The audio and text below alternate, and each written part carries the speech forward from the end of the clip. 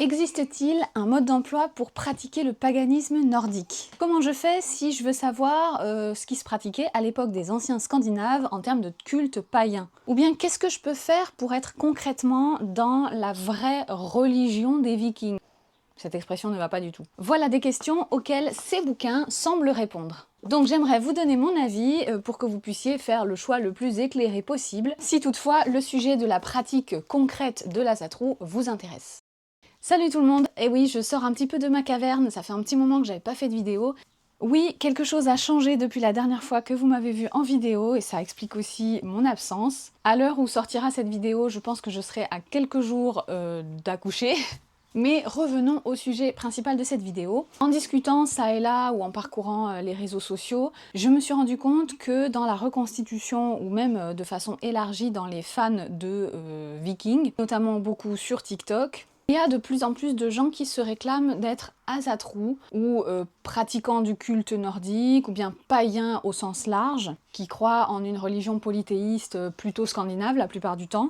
Et le sujet qui revient très souvent, c'est qu'est-ce que je peux faire pour pratiquer ce culte? Alors tout le monde y va un petit peu de son savoir, avec parfois, il faut le dire, des fausses informations, honteusement mélangées avec d'autres choses, d'autres cultures, d'autres religions, des trucs très extrapolés. Enfin j'ai vu des comptes sur TikTok vraiment... Ça vous dit comment convoquer et vivre au quotidien avec Odin, quel test ultime il faut faire pour se connecter à Loki, pourquoi votre animal totem est le loup, vous fait des tutos pour voir comment il faut fêter Imbolc ou Beltane, qui ne sont pas du tout des fêtes dans le calendrier scandinave. Je dois dire que quand je vois ça, sur TikTok notamment, ça m'embête un peu, ça me gêne, voire ça me révolte presque, parce que ça contribue souvent à alimenter des conceptions très modernes, où il y a beaucoup de choses qui se mélangent, notamment avec la Wicca, avec des conceptions New Age, très 19e, 20e siècle. Ça mélange plusieurs cultures, plusieurs civilisations, plusieurs religions, sans jamais avancer vraiment de sources fiables et historiquement correctes et vérifiées. L'idée, c'est d'encourager ceux qui sont intéressés par le sujet à aller faire des recherches. C'est pour ça que je voulais vous parler de ces deux livres que j'ai dans ma bibliothèque et qui abordent le sujet de la pratique du culte nordique sous la forme d'un genre de manuel. Si vous voulez voir la critique de l'un des deux, je vous mets le chapitrage en description. Tout d'abord, je vais vous parler du guide pratique de l'Asatru aux éditions Danae, qui a été écrit par l'autrice Patricia Lafailve. Je l'ai trouvé il y a quelques années dans le rayon ésotérisme, etc. Je voulais voir si ça correspondait aux recherches que je faisais, et en tout cas à ce que je trouvais dans mes recherches. Je crois que c'est un livre qui a eu beaucoup de succès ces dernières années, donc ça me semble important d'en parler. Puis il faut dire aussi que le titre est très accrocheur, guide pratique de l'Asatru. Ça fait quand même une promesse. C'est un guide qui se lit assez facilement parce que l'autrice s'exprime vraiment dans un style qui fait penser au fait qu'on soit dans une conversation avec elle. Elle nous indique dès l'introduction qu'elle se réclame d'un certain sérieux académique, de par le fait qu'elle enseigne et qu'elle côtoie les milieux universitaires. Donc a priori ça fait sérieux, on se dit elle sait de quoi elle parle. Elle nous dit également qu'elle bénéficie d'une expérience assez riche par le fait qu'elle fasse partie d'associations assez influentes aux États-Unis, parce qu'il faut savoir que c'est une autrice américaine. D'ailleurs la bibliographie en témoigne, hein.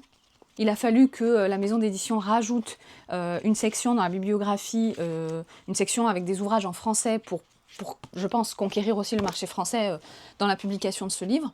Ça pose un certain nombre de questions, notamment de traduction, de vision aussi. Dès l'introduction, elle met en avant deux idées un peu préconçues dans le paganisme nordique, qui consistent à dire que dans ce milieu, chacun a sa propre opinion, chacun fait ce qu'il veut, et chacun pense savoir mieux que l'autre, chacun pense que l'autre se trompe, et voilà, et donc il faut donner des leçons à qui veut l'entendre.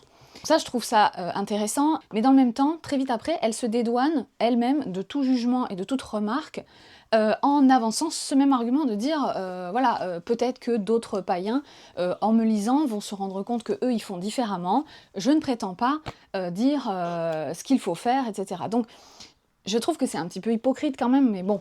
C'est une précaution oratoire, je suppose, mais c'est un petit peu embêtant de critiquer ce genre de conception quand soi-même on le fait. Ce qui m'a gênée aussi, c'est le fait qu'il y ait un mot clé heathenry, qui n'est pas été traduit du tout dans le livre, ça veut dire paganisme.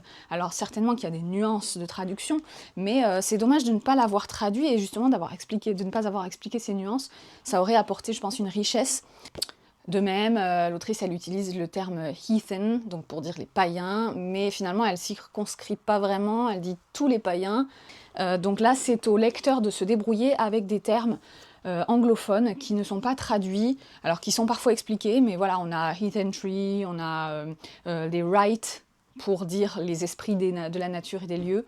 Donc, à voir, il faut que vous soyez quand même bilingue, ou en tout cas apte à chercher les traductions et les explications sur ces termes-là. Alors, c'est un livre qui me paraît, ou qui me paraissait en tout cas intéressant, parce qu'il voulait traiter le sujet en deux parties. Une première partie qui se veut plutôt théorique, qui voulait explorer l'histoire du paganisme et ses sources, et l'autre plutôt pratique, qui propose des rituels clés en main. Cependant, cette distinction-là est très vite abandonnée selon moi, parce que même dans la première partie, on a des choses très pratiques, clés en main, avec des rituels, des propositions de méditation, des propositions d'activités autour de certains dieux. Donc par exemple, page 34, on a d'entrée de jeu une proposition de méditation sur Suna, donc pour se connecter au soleil, qui n'est pas inintéressante, mais qui du coup arrive très très tôt dans le livre, alors qu'on n'a pas encore tous les éléments théoriques et les sources. Et du coup, je trouve dommage d'avoir abandonné le côté source et le côté explication théorique. Et si on parle de ce point théorique, voilà, Introduction à la heathenry, un grand titre qui se veut très très large, très, voilà, qui semble couvrir un champ énorme, était un peu décevant en fait, parce que ça ne prend que 3-4 pages. De même, au chapitre 2, on a un bref historique, donc je trouve ça un petit peu bizarre d'appeler son premier chapitre « Histoire du paganisme », et son deuxième chapitre, un bref historique. C'est un petit peu oxymorique. Et donc je suis assez déçue, parce que je m'attendais à avoir beaucoup plus de sources, beaucoup plus de détails, des citations plus sérieuses, etc. Alors, tout ce qui est dit là, c'est vrai, c'est intéressant, c'est des choses, mais ça implique que le lecteur va aller faire des recherches supplémentaires avec les noms des auteurs qui sont cités, avec les noms des héros, des sagas. Alors c'est entrecoupé, comme je disais, voilà, de références à certains passages de sagas, de références à certains auteurs comme Snorri, etc., qui sont des incontournables. Mais pour moi, c'est vraiment, vraiment très léger. J'imagine qu'il fallait faire quelque chose quand même de digeste pour le lecteur lambda, entre guillemets, et que forcément on ne va pas l'assommer de 50 pages de théorie et de linguistique. Donc on fait un panorama comme ça, mais bon, je suis déçue. Bon, tant qu'on est dans les petits points négatifs ou les petits points de gêne, j'ai noté aussi qu'il y avait quand même des petites erreurs peu dommageables lors des fautes d'orthographe ou des fautes de frappe ou de traduction. Donc par exemple, à la page 27, c'est marqué « en posé ou dans les sagas ». Ça me paraît très bizarre cette phrase, donc je me demande si c'était pas marqué plutôt en prose, et que c'est une erreur de frappe ou de traduction, je sais pas. Bon, sinon, parlons des avantages quand même, des points positifs. Ça rassemble des informations plutôt correctes et plutôt accessibles. Donc pour quelqu'un qui voudrait entrer tranquillement et sérieusement dans le sujet de la Satrou, ça peut être une bonne porte d'entrée. Donc il y a dans le sommaire des entrées thématiques qui sont bien pensées pour balayer un certain nombre de vocabulaires techniques ou de concepts importants dans la mentalité, dans la pensée du culte nordique. Donc par exemple, ça parle de choses très concrètes. Qu'est-ce que c'est que le blot? Que sont les landvættir? C'est quoi l'urlog, le destin, le concept de destin, le concept de l'âme, l'inangard et l'utangard, etc., etc.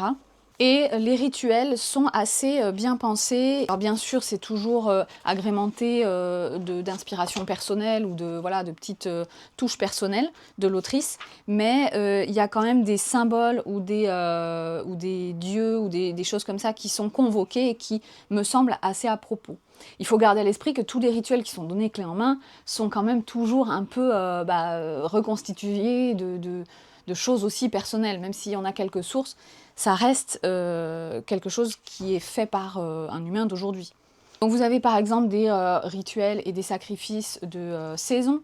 Vous avez aussi des exemples de rituels de vie, naissance, âge adulte, etc., mariage. Néanmoins, Néanmoins, les sources ne sont essentiellement que littéraires. Ça m'a gêné un petit peu. Je trouve que ça manquait de sources autres, iconographiques, archéologiques, etc. Ce qui m'a gêné un petit peu aussi dans la façon d'écrire, c'est des formules un petit peu toutes faites et très globalisantes qui se posent un petit peu comme figées. Du genre les Isen sont comme ci, comme ça. Je peux vous dire que bien souvent, les Isen n'ont pas ta.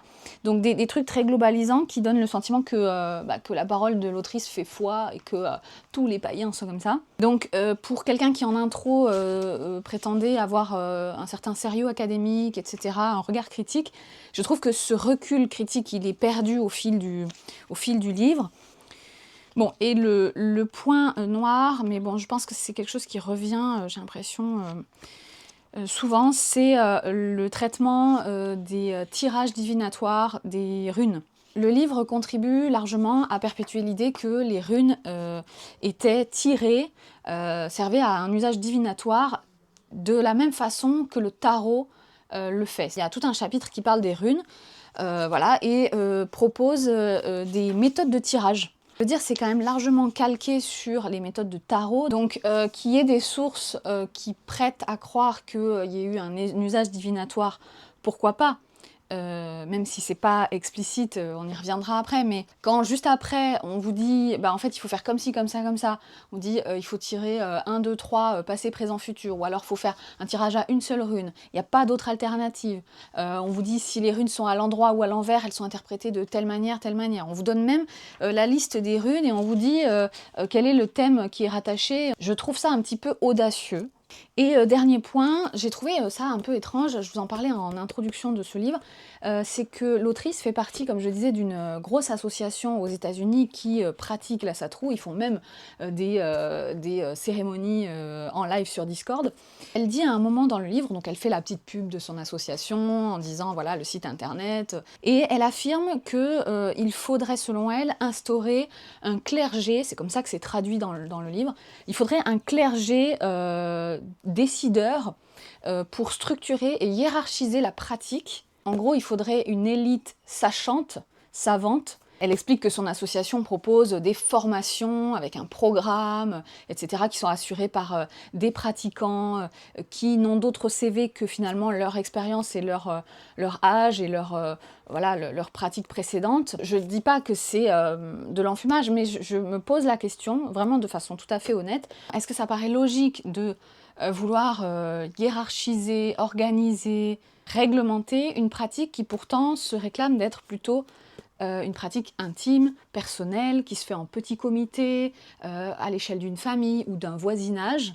Conclusion sur ce livre, ça me semble être un bon point de départ pour ceux que le sujet de la satrou intéresse, pour ceux qui veulent s'initier à la pratique et connaître un petit peu les grands concepts structurants de cette pratique sans être trop influencé par des choses modernes comme la Wicca. C'est un livre qui s'efforce quand même de donner un certain nombre de vocabulaire et de concepts importants. Cependant, ça me paraît vraiment insuffisant en termes de sources, donc ça suppose qu'il faudra faire des recherches supplémentaires et aller plus loin. Et ne pas se contenter non plus de la bibliographie qui est proposée, puisque c'est une bibliographie essentiellement en anglais. Et en termes de recherche en France et en Europe, on a quand même beaucoup d'auteurs qui sont passés là sous silence. Il y a aussi quelques imprécisions, donc il faudrait avoir la distance, le recul pour analyser. Donc voilà, intéressant, mais peut mieux faire. Passons maintenant à ce livre, Vivre la satrou, de Yara, aux éditions Sol Hogmanay, qu'elle a fondé elle-même, une maison d'édition qui avait déjà publié plusieurs autres de ses ouvrages que j'avais achetés pour certains. Je dois vous le dire tout de suite, c'est une autrice qui m'a envoyé son livre pour que je puisse en parler. Globalement, c'est un livre efficace et avec des informations et des sources de qualité, il me semble. Ça me semble très utile pour les gens qui veulent aller encore un peu plus loin que le premier livre. Alors même s'il y a des petites choses qui m'ont gênée, j'en parlerai tout à l'heure, il y a quand même des gros points forts à ce livre. Ce qui m'a plu d'entrée de jeu dans l'introduction, c'est que l'autrice, elle fait le point sur plusieurs termes précis. Elle précise du vocabulaire, elle définit les termes et elle exclut d'entrée de jeu toute confusion entre le terme asatrou et des concepts New Age et modernes comme la Wicca. Donc elle définit le terme asatrou, fornsidr. Elle s'inscrit en faux par rapport à toute une flopée de gens qui vont prétendre avoir la science infuse et savoir comment exactement pratiquer le culte. Donc tout de suite, dès l'introduction, elle est dans la nuance. Elle explique que ce qui va suivre devra être pris avec un certain recul. Donc bien sûr, comme précédemment, c'est une précaution oratoire qui est obligatoire presque dans une introduction dans ce genre de livre. Ça permet de donner plus de force au propos qui va suivre, mais je trouvais que c'était fait intelligemment. On peut dire qu'elle entend inscrire sa démarche dans la nuance, dans l'explication plus complexe, là où aujourd'hui tout le monde, partout, et d'ailleurs sur les réseaux sociaux, les gens s'empressent de catégoriser tout dans des petites cases bien cloisonnées. Et c'est pour ça que ça m'a plu dès l'introduction, parce que je pense que c'est une chose à bien comprendre dès le départ, que dans ces domaines comme la mythologie, la linguistique, l'histoire ancienne, etc., ou la sociologie par exemple, rien n'est jamais sûr et certain, que c'est souvent une affaire d'hypothèse, de sources et de mise en perspective de tout ça, et que parfois d'un auteur à l'autre ou d'une autrice à l'autre, l'angle peut varier parce qu'il aura interprété ses sources différemment. C'est pour ça que quand je fais des conférences ou quand on me pose des questions sous mes vidéos, j'ai du mal toujours à circonscrire ma réponse parce que les gens s'attendent à une réponse claire, nette, précise, oui ou non, binaire. Mais moi, je peux pas répondre aussi vite. En fait, j'apporte toujours beaucoup de nuances, beaucoup de sources, des contre-arguments. Même dans ma réponse, des fois, je me contredis parce que j'ai en tête plusieurs sources qui vont dans des sens différents. Donc, j'ai à cœur toujours de présenter une réponse qui propose un panorama de ce qu'il y a pour répondre à la question, mais après, voilà, chacun prend ce qu'il y a à prendre. En tout cas, pour faire suite à ce que je viens de dire, un des gros points forts de ce livre, il me semble, c'est l'étude comparatiste permanente qui traverse le livre. L'autrice fait tout le temps des va-et-vient constants pour dézoomer un petit peu l'objet d'étude, pour le comparer, le mettre en perspective géographique et temporelle. C'est-à-dire que pour appuyer son propos, elle va proposer des rapprochements entre les anciens Scandinaves et les cultures iraniennes, indiennes, latines. Et ça se rapproche beaucoup de ma démarche, donc c'est pour ça que j'ai apprécié cet aspect. Donc pour moi, ça c'est vraiment un point fort si vous voulez rentrer dans le sujet de façon sérieuse. Il y a plusieurs chapitres intéressants qui déclinent la pratique de l'asatru de façon thématique et conceptuelle. Comme par exemple éthique et philosophie, la construction d'un rite, avec par exemple à l'intérieur des choses très précises comme la place de la parole, du chant. Ça va traiter aussi de l'importance ou non des aspects comme la tenue, le principe de la purification. Ce qui m'a vraiment plu, c'est que le livre ne se contente pas de faire la liste d'un protocole à suivre, là où dans l'autre on avait vraiment ce sentiment. C'est que là, ce qui est détaillé et ce sur quoi l'accent est mis, c'est la démarche qui doit préexister. C'est la manière psychologique, presque, d'appréhender un rite. Si vous n'avez pas la démarche spirituelle, intellectuelle qui vient avant, si vous vous contentez de cocher des cases sur une checklist en disant bon ça j'ai fait, ça j'ai fait, ça j'ai fait, c'est bon, c'est pas vraiment ça, on peut pas dire qu'on vit l'asatru. Le sommaire il est construit de façon assez intéressante, un petit peu comme l'autre mais de façon plus détaillée avec vraiment les premiers chapitres qui se portent sur des choses théoriques mais indispensables. Avec beaucoup de sources, là aussi c'est ce qui pêchait dans l'autre livre, c'est que là on a vraiment un détail des sources avec les citations, et on a parfois des gros extraits qui sont retranscrits. Donc toute cette première partie est vraiment, vraiment intéressante. Puis on va vers le côté plus pratique dans les chapitres suivants. À partir du chapitre 6, on a des choses beaucoup plus pratiques sur comment on construit un rite, de quoi on a besoin, à quel moment de l'année on peut le faire, etc. À titre personnel, je trouve que ces chapitres-là pratiques arrivent un peu tard dans le livre. Je comprends qu'il faille avant détailler voilà, tout le côté théorique avec des sources, etc. Mais moi, ce que j'attendais principalement, c'était le côté pratique. Donc pour moi, c'était une partie qui se faisait désirer, disons. Et donc sur cette partie pratique, avec les rituels, les propositions de rituels, etc., j'étais assez satisfaite. Parce que donc les choix qui sont faits dans le déroulement, donc la proposition de dérouler de rituels, me semble assez bien justifiée. En plus, je suis assez contente parce que ça correspond assez bien à ce que je propose moi dans le cadre de mon association ou de ma pratique personnelle. Ça entre en correspondance avec les recherches que je fais depuis plusieurs années. et à partir desquels j'avais construit moi mes rituels. Tous les choix qui sont faits sont, je disais, plutôt justifiés et expliqués avec des sources. Ça me paraît vraiment cohérent. Dans les rituels proposés, il y a aussi une part très poétique. Donc soit il y a des extraits de sources qui sont proposés comme contenu de rituel, de choses à dire au cours de la cérémonie.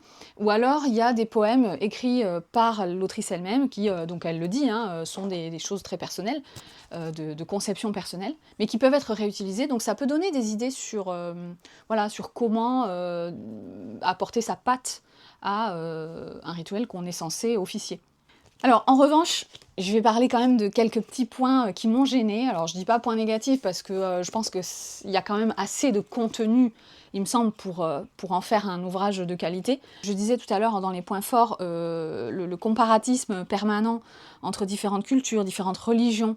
Alors que cette démarche-là, elle traverse le livre, je n'ai pas trouvé, ou très très peu, un petit paragraphe, je n'ai pas trouvé de comparaison avec les Samis, avec le peuple Sami du nord de la Scandinavie, qui, on le sait, avait beaucoup de contacts avec les Scandinaves plus au sud. On sait qu'il y a des similitudes parfois très marquées, l'importance de la nature, de la fertilité, certaines divinités qui sont liées à des éléments naturels, comme la foudre, etc. Il y a les pratiques chamaniques aussi, qui sont très influencées par les Samis. Donc ça, j'étais un petit peu sur ma faim. Alors même que dans la bibliographie, on a la célèbre thèse de Céline Leduc sur le Seidr des anciens Scandinaves et la Noaidevota des Samis. Et l'autre point qui m'a un tout petit peu chagrinée, c'est le chapitre sur les runes. J'ai l'impression que c'est un chapitre qui était un petit peu bancal dans sa construction. Il y a plusieurs éléments qui auraient mérité une distinction, je pense. Par rapport au caractère sacré des runes, il me semble qu'il aurait fallu, pas hiérarchiser, mais distinguer deux parties. D'un côté, l'usage quotidien, c'est-à-dire l'utilisation d'une rune unique pour marquer, pour maudire, pour soigner, pour protéger, etc. Et de l'autre, l'usage divinatoire, parce que du coup l'usage divinatoire est mentionné aussi, mais j'ai l'impression que tout ça, c'est un peu mélangé, c'est un petit peu ensemble. Oui, parce que la plupart des sources démontrent implacablement qu'il y avait un usage sacré et magique des runes, mais l'usage divinatoire tel que pensé comme le tarot me semble contestable, et la source principale qui est utilisée, c'est celle de Tacite, la fameuse. Je pense que ce chapitre aurait pu être divisé en deux parties, vraiment avec de la nuance sur l'usage divinatoire, ou alors des sources supplémentaires. Moi j'étais avide d'avoir des sources, notamment archéologiques, sur ça. Et puis, d'un autre côté, il y a aussi l'usage littéraire, ou en tout cas scriptural. C'est vrai, les runes ne servaient pas à écrire des romans littéraires entiers, mais effectivement, il y a quand même beaucoup de sources, notamment archéologiques, qui montrent l'usage quotidien pour écrire des choses très profanes. Je trouve que cette précision est un petit peu occultée au profit de l'usage magique. Alors bien sûr, c'est l'enjeu du livre, mais comme il y a quand même des précisions linguistiques, avec par exemple un tableau de correspondance phonologique, il y a aussi tout un panorama des différentes versions et donc des différentes évolutions des systèmes du Futhark, pour finalement ensuite passer directement au côté magique. Voilà, j'étais un petit peu embêtée par ce dernier chapitre parce que ça me semble plus confus, voilà, ça va être moins clair dans la tête du lecteur, j'ai l'impression. Je suppose que dans un livre qui est déjà assez fourni sur la Satrou, un chapitre sur les runes ne peut pas faire 200 pages de plus, donc fatalement il faut condenser, ça c'est sûr, je le comprends.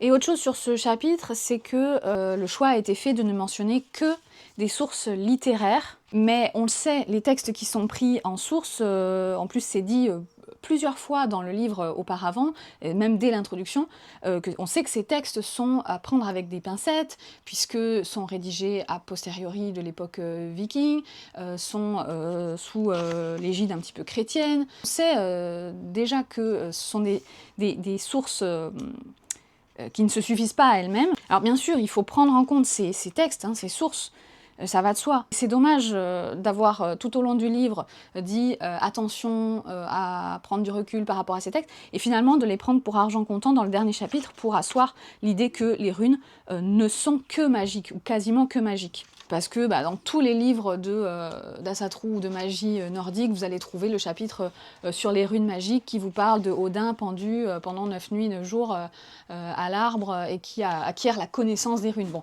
c'est l'extrait principal, mais on peut pas juste dire ça et dire, voilà, parce qu'il y a ça, les runes sont magiques. Je nuance, c'est pas ce qui est dit explicitement, mais je trouve que c'était un peu léger, le côté archéologique pour justifier l'usage magique des runes manquait un peu. Je dis pas qu'il faut être exhaustif, mais quelques exemples d'occurrences archéologiques qui justifient l'usage magique des runes, ça aurait été bienvenu avec quelques images, quelques photos, et ça aurait pu asseoir un peu plus le propos.